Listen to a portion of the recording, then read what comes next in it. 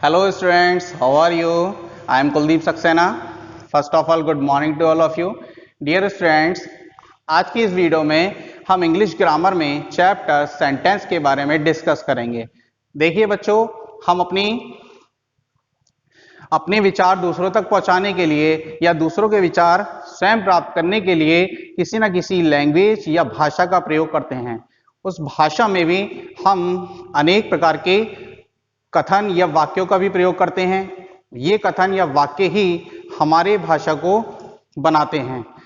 इसलिए ये जानना आवश्यक है सबसे पहले कि सेंटेंस क्या होता है। हमें ये पता करना आवश्यक है कि सेंटेंस क्या होता है।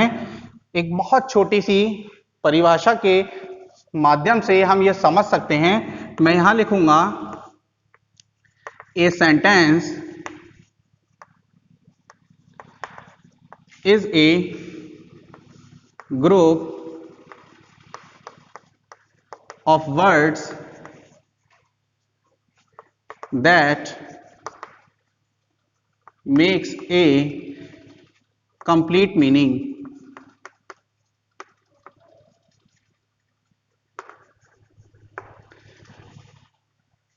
ये परिभाषा छोटी सी जो आपको यहाँ लिखी हुई दिखाई देती है उसको समझने का प्रयास करेंगे।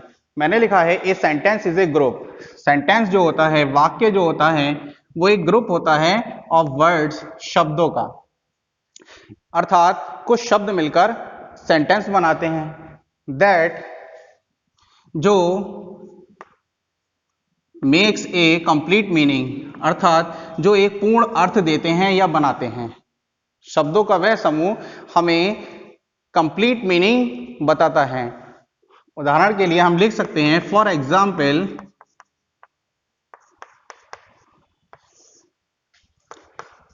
राम प्लेज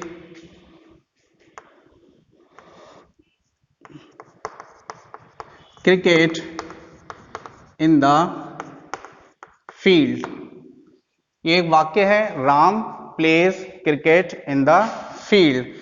अब हम यहां देखते हैं कि हमारे इस वाक्य में कितने शब्द प्रयोग होते हैं। एक हमारा Ram plays cricket in the, और एक लास्ट में field, 6। There are 6 words in this sentence. So ये शब्द जब प्रयोग किए जाते हैं तो शब्द तो प्रयोग किए गए हैं, परंतु हमें इन शब्दों को प्रॉपर अरेंजमेंट में रखना होता है। क्योंकि अगर हमारा अरेंजमेंट प्रॉपर नहीं होगा और एक निश्चित या फिक्स मीनिंग नहीं निकल कर आएगा तो इसे हम स्टेटमेंट या सेंटेंस नहीं कह सकते। फॉर एग्जाम्पल, हम मान लीजिए नीचे इसके शब्दों को कुछ अलग करके लिखते हैं। हमने क्रिकेट पहले ले लेते हैं, उसके बाद फील्ड लेते हैं, फिर प्लेस लिखते हैं, फिर राम लिखते हैं और लास्ट में इन द लिख देते हैं। तो यहां भी आप देखते हैं कि हमारे पास 6 ही वर्ड्स रहते हैं, cricket, field, place, Ram, in the. 1 2 3 4 5 6 sentence, 6 words हमारे इस वाक्य में भी थे। नीचे के वाक्य में भी हमने 6 ही वर्ड्स का प्रयोग किया है, परंतु देखने पर पता चलता है कि इस वाक्य का कोई अर्थ नहीं होता। अर्थ नहीं होता तो इस सेंटेंस को हम या इस स्टेटमेंट को हम सेंटेंस नहीं कहेंगे। तो प्यारे बच्चों, ये जरूरी है सेंटेंस के लिए कि words should be arranged in proper sequence.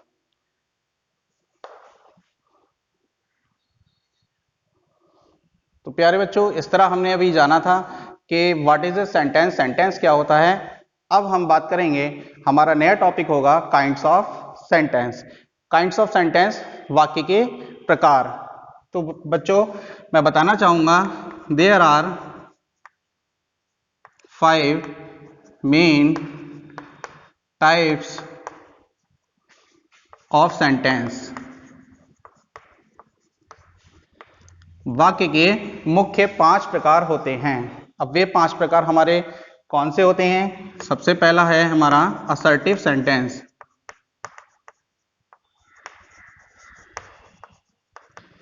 इसको हम साधारण वाक्य भी कहते हैं।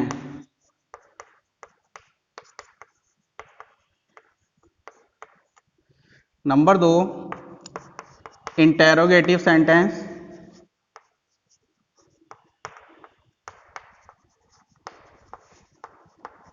इसको हम प्रश्नवाचक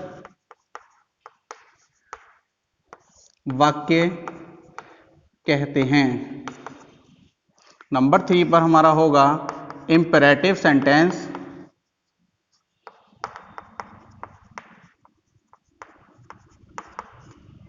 इंपेरेटिव सेंटेंस हमारे आज्ञा सूचक वाक्य कहे जाते हैं। नंबर 4 हमारा होता है एक्सक्लेमेटरी।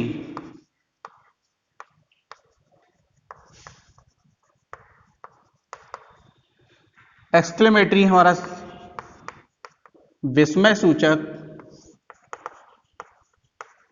वाक्य होता है। इसके बाद अंत में एक और हमारा बचता है जिसको हम बोलते हैं ऑप्टेटिव सेंटेंस।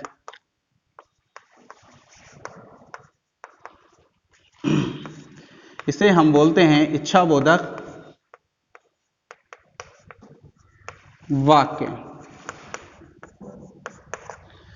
तो प्यारे बच्चों, इस तरह हमारे पास 5 प्रकार होते हैं सेंटेंस के, जिन्हें हम कह सकते हैं असर्टिव सेंटेंस साधारण वाक्य, इंटेरोगेटिव सेंटेंस प्रश्नवाचक वाक्य, इंपेरेटिव सेंटेंस आज्ञा सूचक वाक्य, एक्सक्लेमेटरी सेंटेंस विस्मय सूचक वाक्य, और अंत में ऑप्टेटिव सेंटेंस इच्छाबोधक वाक्य।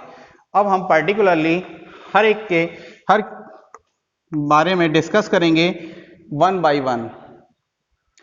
तो प्यारे बच्चों, हम सबसे पहले लेते हैं असर्टिव सेंटेंस। देखिए, असर्टिव सेंटेंस जैसा कि हिंदी में कहा जाता है साधारण वाक्य।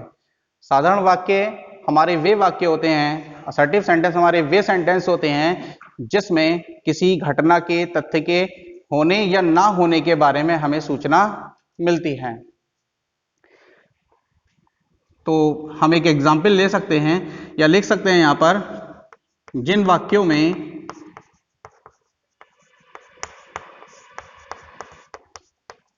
किसी घटना या तथ्य के होने या ना होने के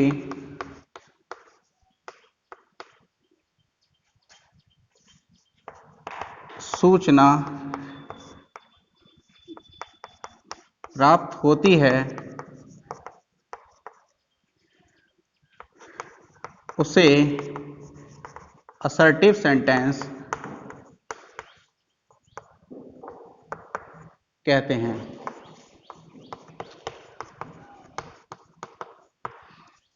तो आप ध्यान दे रहे होंगे बच्चों, जिन वाक्यों में किसी घटना या तथ्य के होने या ना होने की, इस पर गौर करेंगे, होने या ना होने की सूचना प्राप्त होती है उसे असर्टिव सेंटेंस कहते हैं।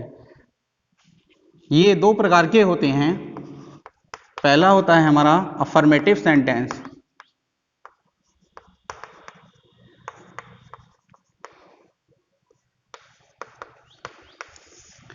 और दूसरा होता है निगेटिव सेंटेंस।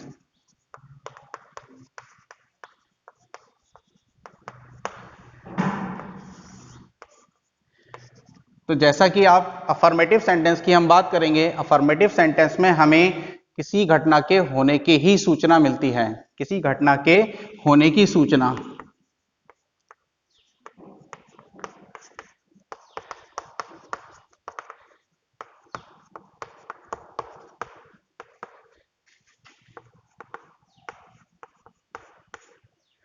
और नेगेटिव सेंटेंस में हमें किसी घटना या तथ्य के ना होने की सूचना प्राप्त होती है।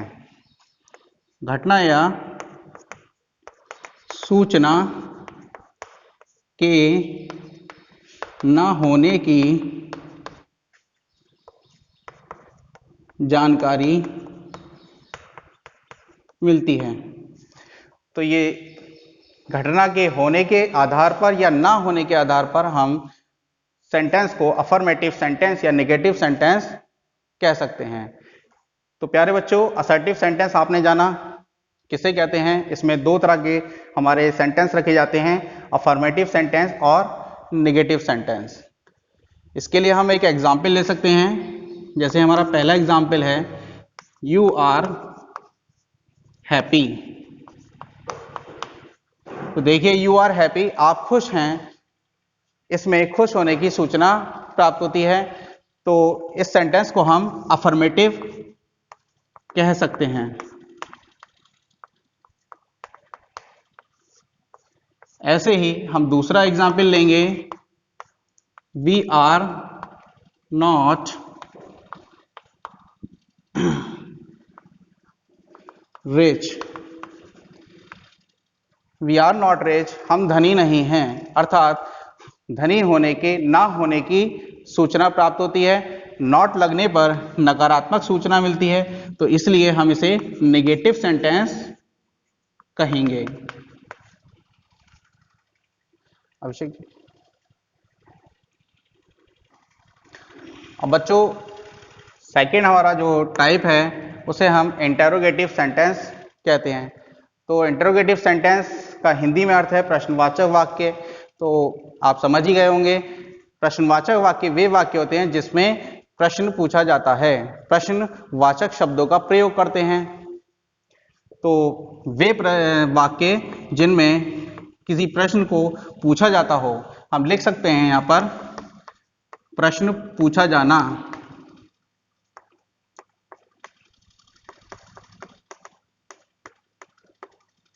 प्रश्न पूछा जाता है। तो इस तरह हम यहाँ पर एक एग्जाम्पल के माध्यम से भी कह सकते हैं कि इज दिस योर पेन। देखिए, ये एक वाक्य है, इज दिस योर पेन, क्या ये आपका कलम है। तो जो भी ये स्पीकर है, सेंटेंस को बोलने वाला, वो हमेशा एक प्रश्न पूछ रहा है और हमें यस नो में आंसर देना होता है। इसी तरह से हम और एक एग्जाम्पल ले सकते हैं। मान लीजिए एक बहुत साधारण सा वाक्य है, व्हाट इज योर नेम। तो ये भी एक प्रश्नवाचक सेंटेंस है, इंटरोगेटिव सेंटेंस कहेंगे, क्योंकि हमें इस व्हाट से पता चलता है कि पूछने वाला हमसे प्रश्न कर रहा है कि तुम्हारा क्या नाम है। और एक इसकी सेंटेंस के बारे में मैं बताना चाहूंगा कि इस इंटरोगेटिव सेंटेंस की सबसे मुख्य जो पहचान होती है कि वाक्य के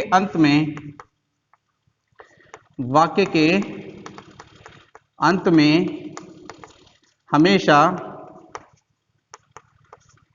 क्वेश्चन मार्क लगाया जाता है। ये एक बहुत साधारण सी पहचान है कि यदि आपको किसी वाक्य के अंत में क्वेश्चन मार्क देखने को मिलता है तो आप उस वाक्य को इंटरोगेटिव सेंटेंस कहेंगे। अब इसके बाद हम बात करेंगे इंपरेटिव सेंटेंस की। तो इंपरेटिव सेंटेंस का हिंदी में अर्थ है आज्ञासूचक वाक्य। तो देखिए बच्चों, आज्ञासूचक वाक्य वे वाक्य होते हैं जिनमें प्रायः किसी अन्य व्यक्ति को आज्ञा दी जाती है, उसे सुझाव दिया जाता है, परामर्श दिया जाता है, प्रार्थना की जाती है। इस तरह से जो वाक्य निर्मित होते हैं उन्हें हम इंपरेटिव सेंटेंस कहते हैं। हम लिख सकते हैं यहाँ पर, इन वाक्यों में प्रायः आज्ञा, प्रार्थना, सुझाव, परामर्श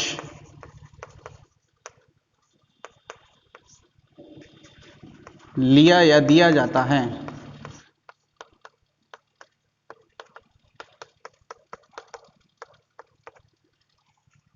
तो इन वाक्यों में हम प्रायः आज्ञा, प्रार्थना, सुझाव, परामर्श लिया दिया जाता है। उदाहरण के लिए हम एग्जाम्पल में लिख सकते हैं, फॉर एग्जाम्पल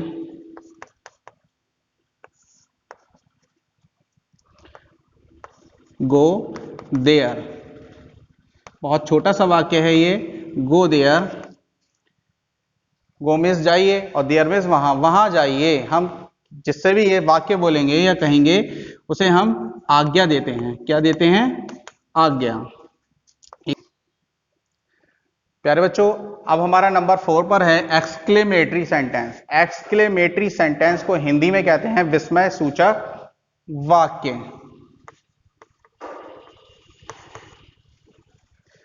तो जैसा कि नाम से ही पता चलता है, विस्मय, आश्चर्य प्रकट होता है, अर्थात इस तरह के वाक्य, इन वाक्यों में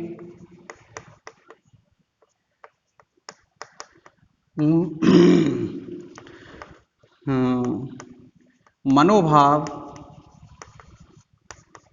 जैसे शोक, हर्ष, करुणा, उत्साह आदि प्रकट किया जाता है।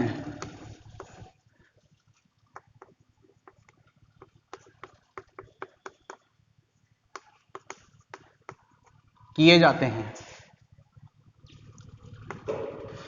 तो प्यारे बच्चों, इन वाक्यों में हमारे मन में उत्पन्न होने वाले जैसे मनोभाव, शोक, हर्ष, करुणा, उत्साह आदि प्रकट होते हैं।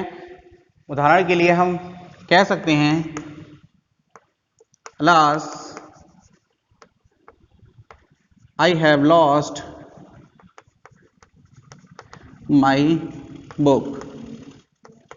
मेरी पुस्तक खो गई है। हाय, मेरी पुस्तक खो गई है। तो इससे हमें पता चलता है कि हम शोक प्रकट कर रहे हैं। एक और एग्जाम्पल में हम लिखेंगे, hurrah, hurray, we have won the match.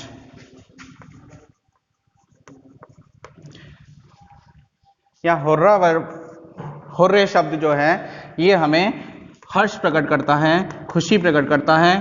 तो इन वाक्यों में शोक और हर्ष प्रकट किया जा रहा है, इसलिए हम इन्हें एक्सक्लेमेटरी सेंटेंस कहेंगे। एक और आसान सी इसकी पहचान होती है, इसमें एक्सक्लेमेशन साइन का प्रयोग किया जाता है।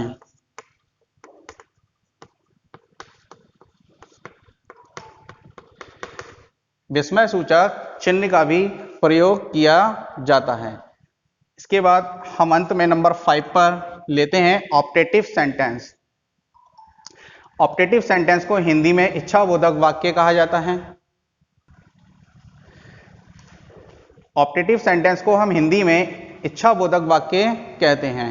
इच्छाबोधक वाक्य इसलिए कहते हैं क्योंकि इस प्रकार के वाक्यों में हम किसी अन्य के लिए अच्छी कामना या बुरी कामना करते हैं। उदाहरण के लिए हम कह सकते हैं, मान लीजिए आपके किसी मित्र का जन्मदिन होता है और उस जन्मदिन पर आप उस मित्र को अपना एक बधाई संदेश देना चाहते हैं, तो आप लिखते हैं, happy birthday may you live long. तो ये एक अच्छी कामना है।